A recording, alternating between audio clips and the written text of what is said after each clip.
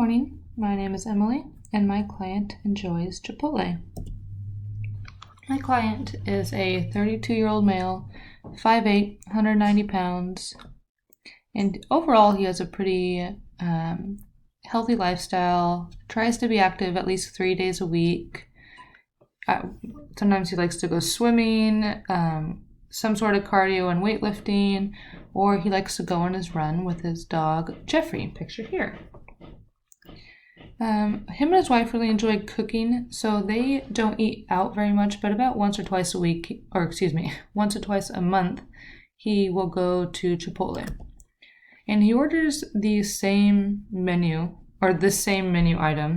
And what's nice about the Chipotle website is if you're ordering online or just want to check out your menu item, it gives you the nutritional breakdown of that item. So that was really helpful here with this project. So regarding calories, they're sometimes mistaken as an actual substance, like proteins or carbs, though calorie is just a unit that helps measure energy. So all macronutrients contain calories. For example, 1 gram of fat contains 9 calories. So nutritionally, if a label says that it contains 100 calories, it's referring to the amount of potential energy your body could receive from it. If those calories are not broken down and utilized for energy, then they will accumulate and lead to weight gain and other health issues. So with the calorie count of over 1,300 calories, this is not a healthy option, especially for a 30-year-old male who is wanting to lose a little weight. Fats.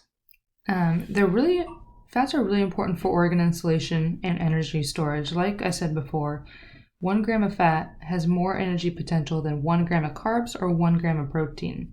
So it's essential also for the body to be able to digest and absorb fat-soluble vitamins. And without fat, it's not able to do that. So breaking down fats a little more, saturated versus unsaturated. An unsaturated fat has a double bond, sometimes more than one, while a saturated fat only contains single bonds. So if you can picture it, the molecules of the olive oil sitting on your counter are liquid at room temperature, so they can't settle because the double bonds don't allow it to, because they can't lay nice and uniform. So a stick of butter, though, is solid because the fat molecules can lay nice and flat because they don't have the double bonds. They're not bent like the double bonds. So unsaturated fats are usually considered healthier than saturated fats because saturated fats were associated with high cholesterol levels and heart disease. However, I found a study that was conducted in 2019 that did not record any significant effects of reducing saturated fats on people's risk of heart disease. It was trans fats, however, that did increase the risk. So while this menu item is below the recommended value of 30 grams, it's still pretty high at 19.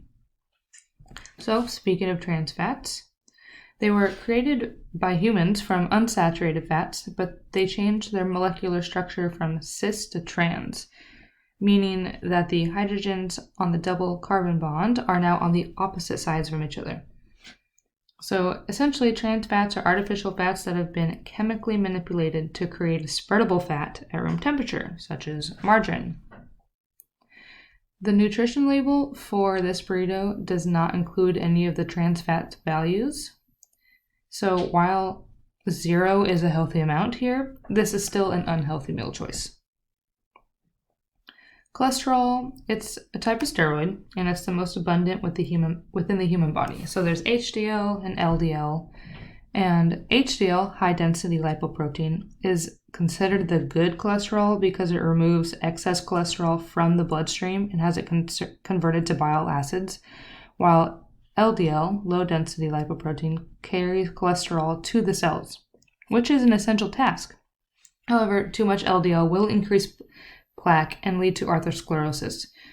However, to say that LDL is the bad cholesterol isn't completely true because our cells need cholesterol.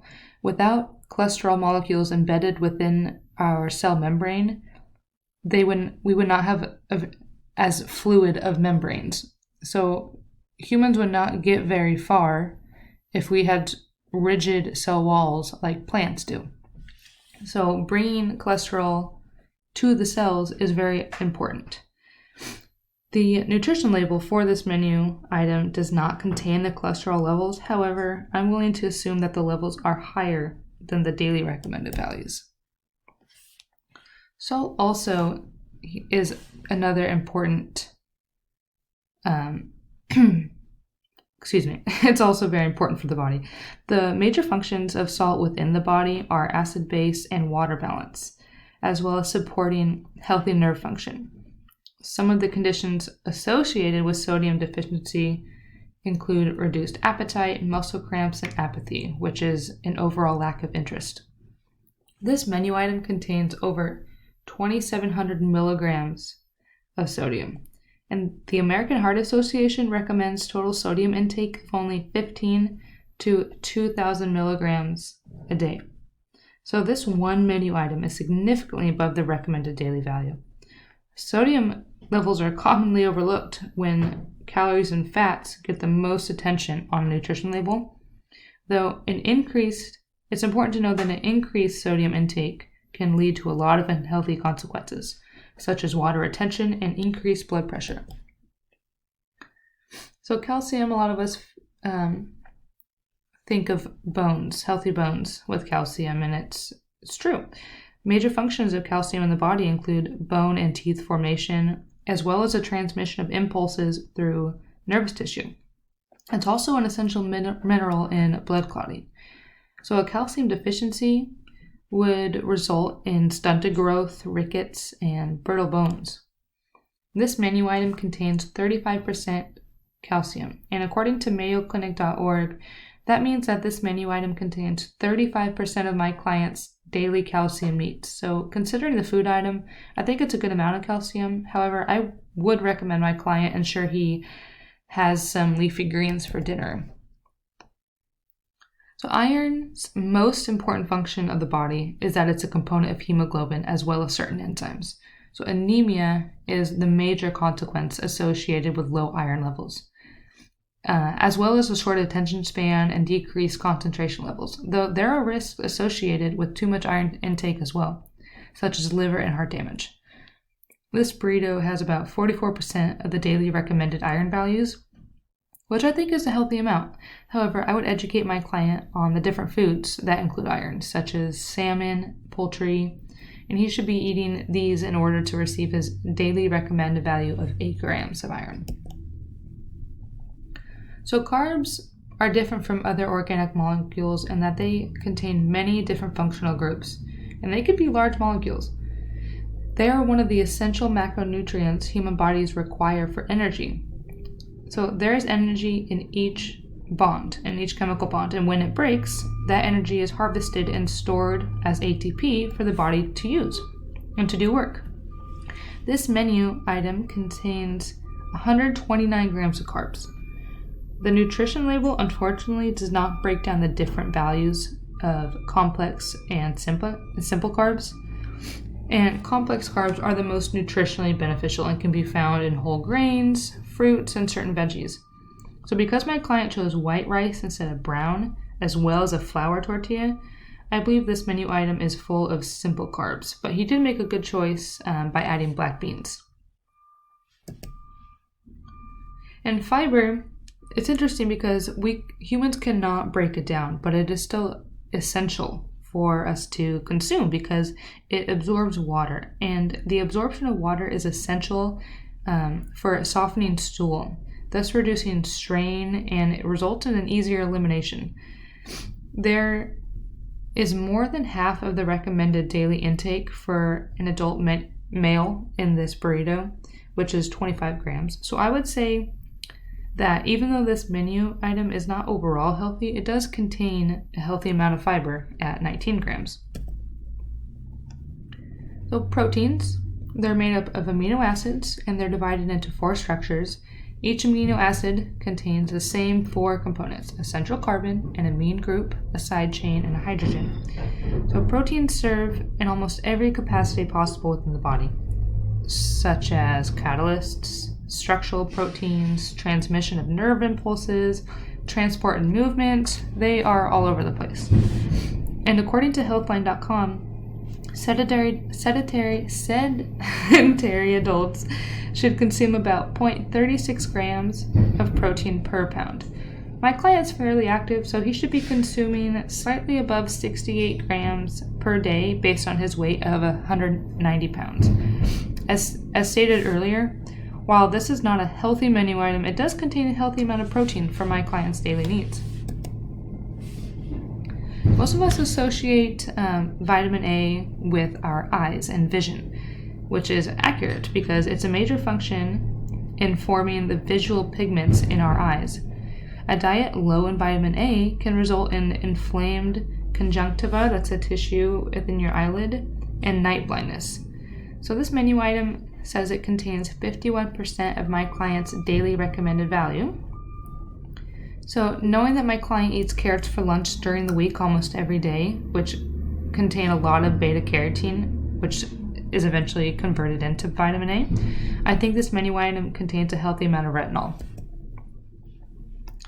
Vitamin C. I like to think of CCC and SSS. Vitamin C supports collagen and connective tissues, while a lack of vitamin C can lead to scurvy, sore gums, and swollen joints. So eat your citrus, add some lemon to your water, drink some fresh squeezed orange juice, or have a broiled grapefruit for dessert. Overall, I think my client maintains a relatively healthy lifestyle, especially during the week. He has a nutritional shake for breakfast, some black coffee, carrots, white bean dip for lunch, and has, for the most part, a balanced home-cooked meal every night, with the occasional takeout meal. I do not believe that the occasional unhealthy meal is going to make a significant impact on his health.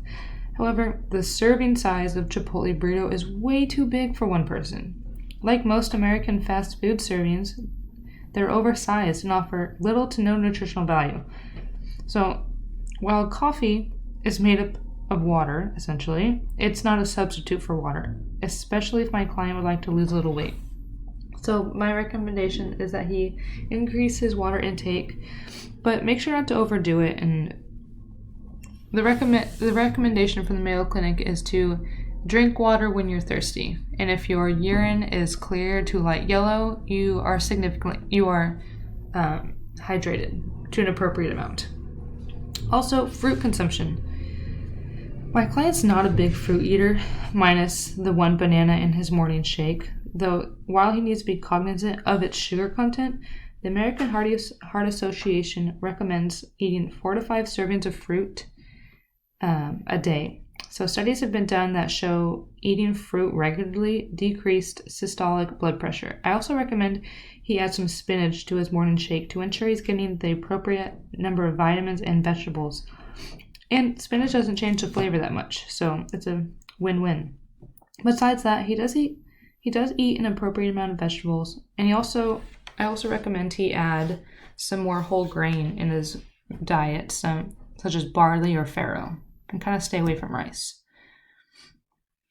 So fiber, again, is really important for bowel regulation, and if he wants to reach his weight loss goals, he just needs to be a little more cognizant of the menu items he picks on at Chipotle.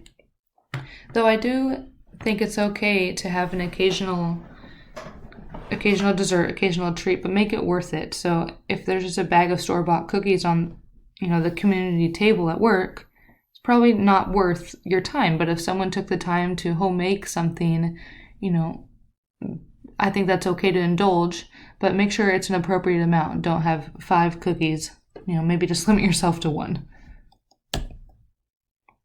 So a menu example here would pretty much do what he's doing. His shake, his fruit and nuts, carrots and beans for lunch, and then some protein and vegetable during the evening. And workouts, I think it's important for him to change it up regularly. And I recommend slowly increasing his time. So maybe his one workout, increase it by 5 minutes. And the next time by 10 minutes.